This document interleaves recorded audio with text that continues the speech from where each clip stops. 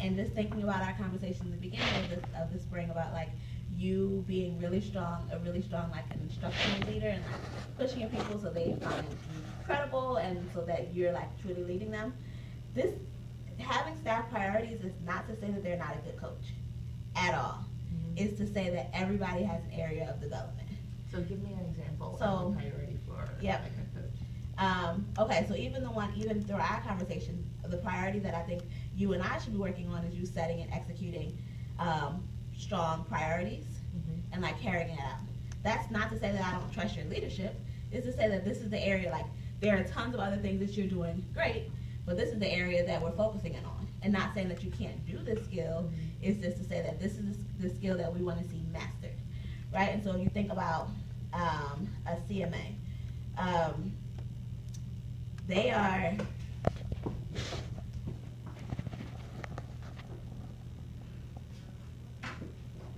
you said that they're like really doing good on setting trends.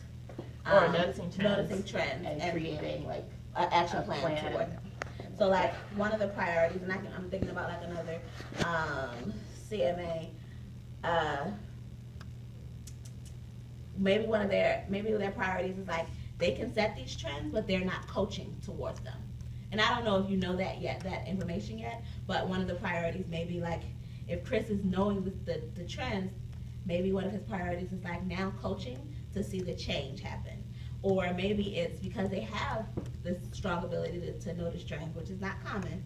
But now, what are they doing differently because there are so many trends? Are they holding group sessions to coach, to make them stronger coaches instead of like spending 5 hours with 5 people, spend 1 hour with 5 people? So like thinking about, based on their skills, what's next in their development. Let me pull.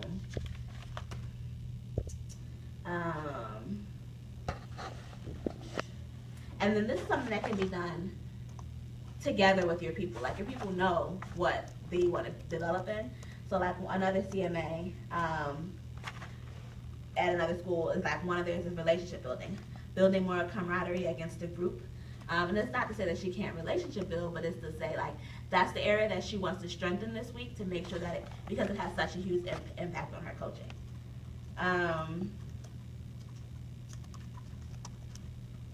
Another, let me see,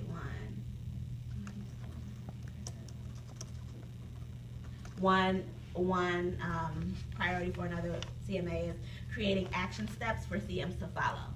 So like they're able to analyze the classroom, they're able to have a coaching conversation, but at the end of the coaching conversation it's like, okay, bye. When really it should be like, let's bring this back in. What are the things that we're doing to meet these changes?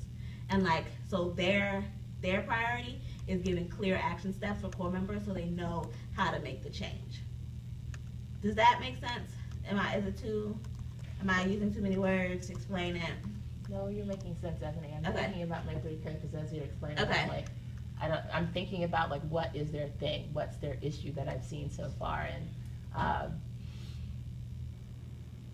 think so I'm not gonna like talk it out because I'm working on economy of words. Yeah, that's why I was like, am I saying too much? But the reality is, you don't have to do this by yourself. Like they are very self-reflective. Right. I feel like they know their strengths and areas for growth, and if I'm noticing something that they haven't thought about, then yes, I can bring that into the conversation. So, so what's the expectation for these like development plans? It's just happening in our weekly check-in. Yeah, right. Like I wouldn't have come to the check-in to be like, my priority for you is this. No, I don't know what your priorities are. And so like us having this conversation is helping like develop priorities. And so the next thing I think, and just thinking about you making sure that you have clear priorities, and that will also help you spend your time. So like you know that you spent time with Chris today and he can analyze the classroom. So when you're with Chris tomorrow or whenever, you don't need to be seeing if he can analyze the classroom. Because you know he can do that already. You need to be working on his priority. Actually lead to change, right? Possibly, because there have been like smaller instances of being able to see like his coaching leading to a teacher doing something different, but like seeing that consistently. I think I'm still in the evidence gathering phase for that piece because it's Wednesday. Right. In terms of like their action steps that they're giving to teachers actually leading to classroom change. So that's another good point. Like the priorities may not be something that there's a gap in. It might be something that you just don't have knowledge of. Okay. And so like the priority for Chris is like to show you evidence of that. Oh, I didn't think the priority is like gathering evidence. Yeah, I mean, because you don't know. It might be or it might not be. And then the other purpose of this like development plan is so when you sit down again, it's like, here are the things we said we wanted to work on. How close are we to this? So like, I'm coming back here tomorrow. We're not gonna check on this again tomorrow, but like in our next week's check-in, I'm like 100% confident that your ability to set priorities and execute towards them will be done. Like that will be something of the past, a skill that you like thought through, planned towards, and now we're moving on to something else. And so like it's bringing the coaching full circle.